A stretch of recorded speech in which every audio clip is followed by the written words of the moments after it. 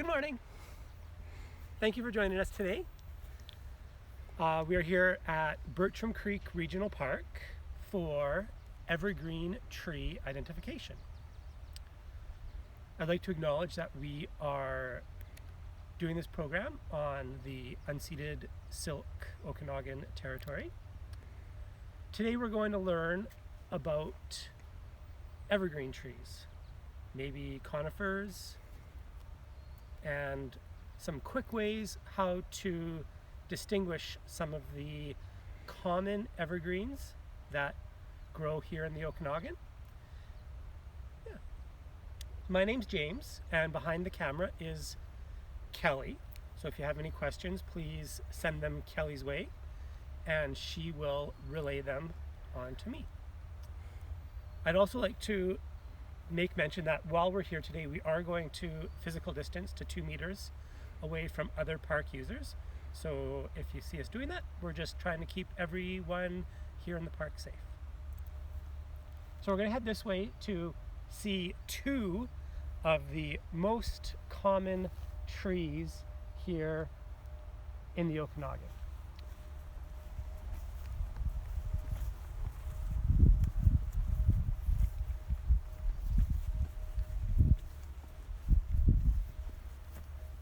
Now, Kelly, can I get you to maybe get these 2 trees behind us in the shot, if possible?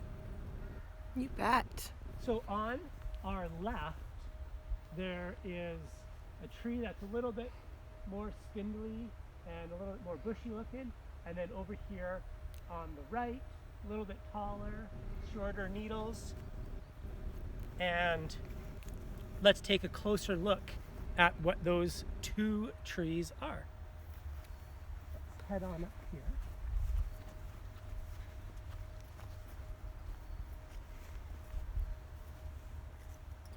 Okay, so this first tree we're going to look at, the way we're going to determine what tree is which is by using a few different tools. And the first tool we're going to use is looking at the needles, and in some cases scales, of the evergreen trees.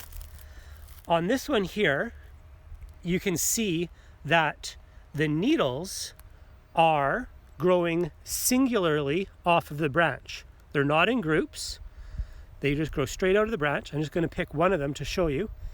And it's flat. If I try to roll it, it rolls a little bit, but it's kind of like a popsicle stick. And on the back side, you can see it has 2 white lines. So singular needle, flat needle, and the other thing is it's kind of soft. If I go up to this tree and I give it a handshake, nice and gentle because I don't want to hurt it, it's a friendly tree. The other clue for this is the cone. This cone is small, it's sort of medium hard, it's not as woody as some of them we'll see, and it has these tiny little mouse tails sticking out of them. So when you see single flat needles with white lines and the mouse tail, you know that this tree is a Douglas fir. There it is. We'll look at another one later on because there's something that they have on them right now, which is special for this time of year. The next tree we're going to look at is its equally common cohort here in the Okanagan. So this tree beside it has large cones you can see hanging on the tree. And I'm going to sneak up here and I'll bring one group of needles down. These needles are not singular, but instead they grow in a group. So here you can see this is where it was attached to the branch, and then when it comes down, there's a group of 3 needles. when you see an evergreen tree with needles that grow in a group, whether it's 2, 3, 5, you know straight away it's a pine tree of some sort or another. So with the 3 needles, and they're very long, this tree also has large and hard, it's really hard to squeeze, it's very woody cones. They also have little tiny spikes on them which hurt if you try to squeeze it too hard. And the last way to distinguish this tree is by its smell, of course. Some of you may have already done this before, but if you get up close on a warm sunny day and you give it a smell, people say it smells like vanilla. And this, of course, is a ponderosa pine. Those 2 trees, if you know just those 2 trees alone, in most of our regional parks, you'll be able to identify probably 80% of the trees in our parks. Ponderosa pine, Ponderosa pine, Douglas fir. Douglas fir. 80% of the trees. Long groups of 3, smells like vanilla, ponderosa pine. Single needles, friendly, mouse tails, because who doesn't want to be friends with the mouse, is the Douglas fir. So we're going to walk over here and take another look at a couple more. While we walk over here, let's talk about the word evergreen. What does it mean to be an evergreen? Any ideas out there? Feel free to type them in. After we look at this tree, we'll discuss it a bit more. So this next tree is one that was planted here. So these trees you won't see native to the Okanagan, but there are other trees in this family, so I want to give you some clues on how to determine what type of tree this is. Put these guys down. So if we come a little bit closer here at the branch, and you can see these are also growing singularly off of the branch. Remember, if it's in a group, it's a pine. So these are single needles, and if I poke one off, these roll much easier. So they're not flat, they're more square shaped. And I compare this to the difference between rolling a straw and rolling a popsicle stick between your fingers. If it's like a straw, then it's a spruce. And if it's like a popsicle stick, then it's a fir. The other way you can determine this is if you try to give this tree a handshake, it is going to bite back. Firs are friendly, they won't poke you, but the spruce is going to say, I don't want to be your friend. So the needles are sharp and firm, and they roll easily. The other thing we can look at are the cones. So this is a spruce cone. And you can see it's much more pliable. It squishes a lot easier than the ponderosa pine cone. And it's even a little bit softer than the Douglas fir cone. And each of these scales, each of these bits of the cone are quite soft. And inside each of those is where we would find a new seed for another tree. So I'm just collecting all of our bits here so that at the end we can take a look at all of the cones that we found and all of the needles that we found as well. James, there is a comment here from Okanagan Owl. Oh yeah. It's not easy being green. That's what Kermit says. Easy being green. Thank you for that, Okanagan Owl. It's not easy being green if you're Kermit, but it is easy being green if you're an evergreen tree. So evergreen trees are trees that do not lose their leaves in the winter. So they're green all year round. And many of the trees that do that are also called conifers, which means that they grow cones. And some examples of conifers would be pine trees, as we've seen, firs, and spruces. There's also other evergreens that we're going to take a look at right now that are a little bit different. So up above us here is a really beautiful ponderosa pine that we saw at the beginning of the filming. And just below it, look at that ponderosa. Love Big it. cones, nice orange bark is another way to tell the ponderosa, and those long needles in groups of 3. And so down here, we have 2 more evergreens. Both of these shrubs are green all year round. This one here is a juniper, and rather than just having needles, it also has scales. So I don't know if you can see right here, but if you see part of the needles, part of the leaves are needles here, and part of them are scales. So there's spiky bits, and then there's just this here sort of scaly bit. Oh, that's cool. So that's a characteristic of junipers. And junipers also have juniper berries, which are a very unique odor and taste that many people will be familiar with. They tend to be much smaller growing. They don't grow as tall as pines or spruce or fir. And the cones on them, I've been looking for them, but I haven't found any yet. I'll keep looking. The cones are sometimes called berries. So rather than being woody like the cones we've seen, they have a little bit of a fleshy bit too, which is kind of like a fruit, but not the same. Okay, so I want to see if we can get this. Maybe I can get you to come a little bit closer. And you can see all these little brown bits on the tree. So if maybe I get you to back up 2 feet. I'm going to hit this and see what happens. Right there, that's good. Okay. Okay, ready? 3, 2, 1. Did everyone see that smoke and dust come out of there? Do it again. Okay, here we go. 3, 2, 1.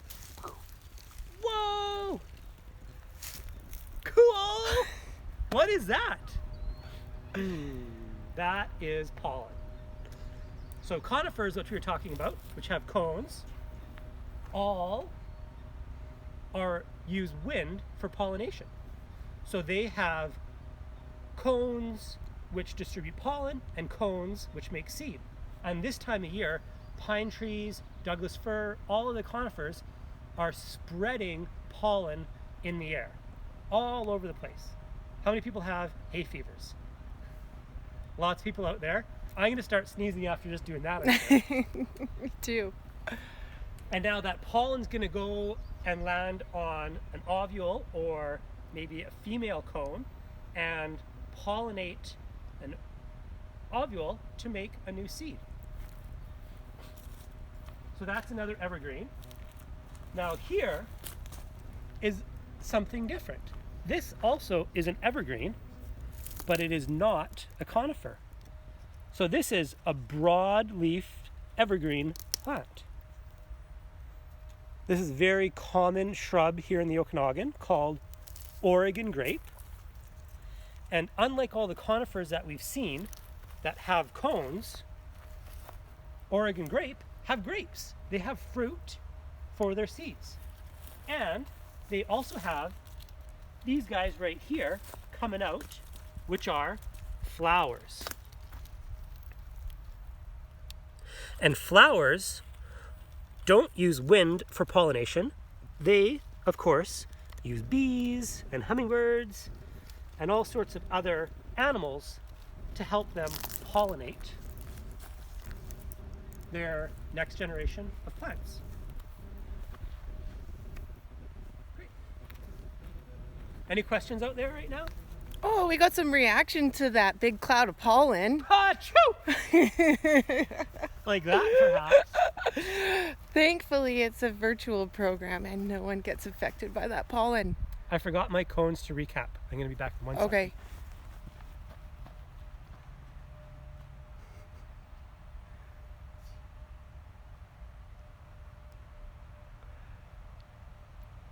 James, I have a question for you. Yeah, listen in. Are juniper berries poison? From Sydney. That's a good question. I don't think so, is a quick response. It's never good to eat anything out in the forest unless you are 110% sure that it's safe. But I think the reason that I'm not able to find any juniper berries right now on the trees is because there's lots of animals eating them. If they were really poisonous, then I think that I'd be able to find them really easily. Like snowberries, I can still go and find some because they're not good. But because I can't find any, it makes me think that they're probably okay. And some human recipes use juniper berries for flavoring as well. So again, I think that they might not be, I don't think they're super poisonous. But don't hold me to that. Another question about, can you eat Oregon grapes? Yes, you can. They're very bitter, and they're an important food source for all of the animals in the park. So we like to leave all of them out in the park for the animals to eat them. We're walking by the regional parks operation crew here. I just want to give a acknowledgement to our operations staff who are working extra hard these days to keep all of our regional parks safe and clean during the COVID-19 situation. And we just saw one of our colleagues down on the park cleaning up everything. So when you come out here, rest assured that we're doing our best to keep the parks as clean as we can so it's safe for all of you to come and enjoy nature. So we're getting close to the last tree that I want to point out here. And this one here is also an evergreen tree.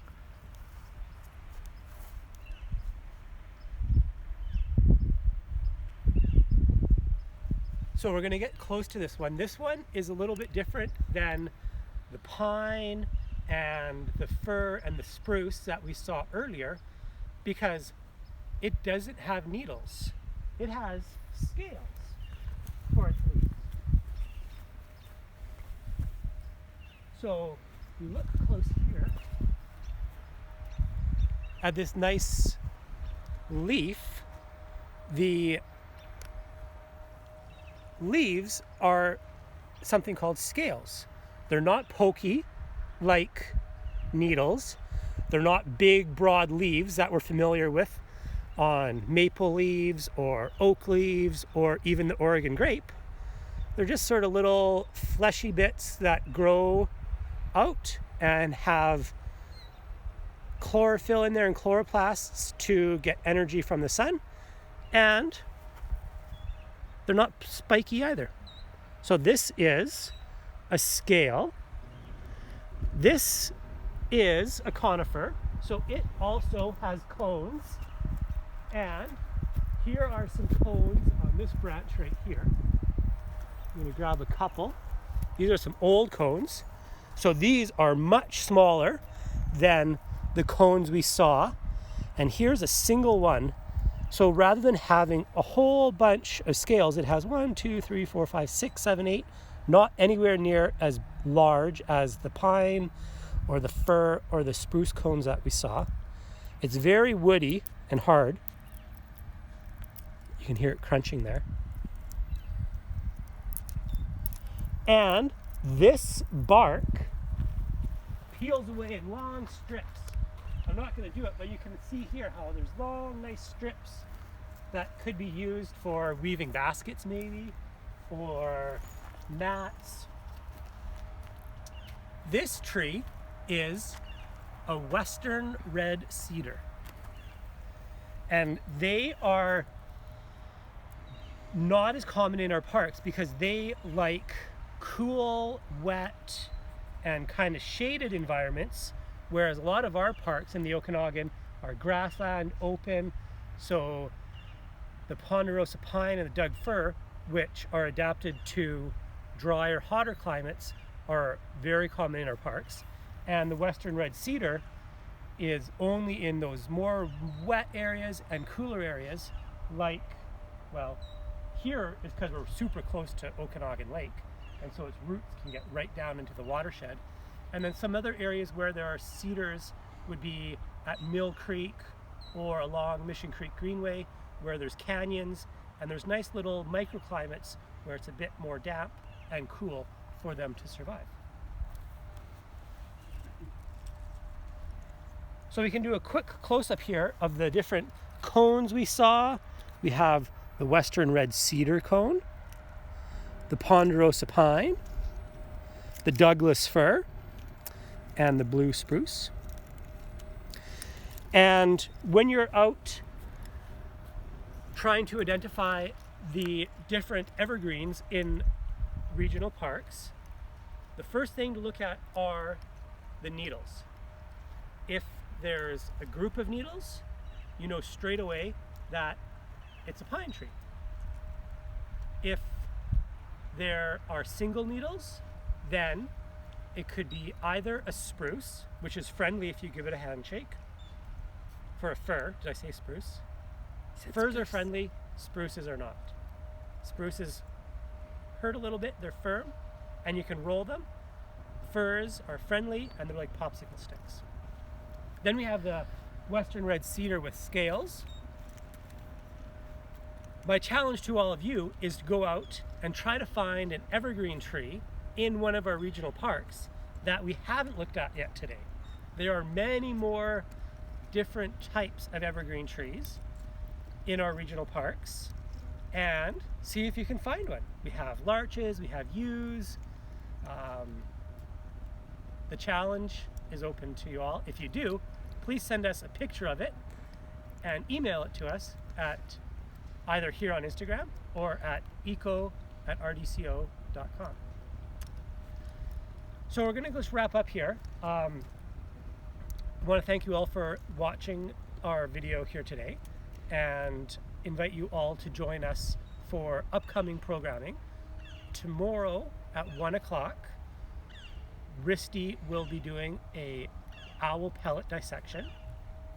And next week we have a special program for Earth Day, which is on Wednesday, April 22nd. We have Earth Day Nature Trivia from 7:30 to 8:30, and you can make your own team and join us here on Instagram Live. We'll have prizes for the winner and for participation, and it'll be a lot of fun. Thank you. Thanks everyone. Have a good day.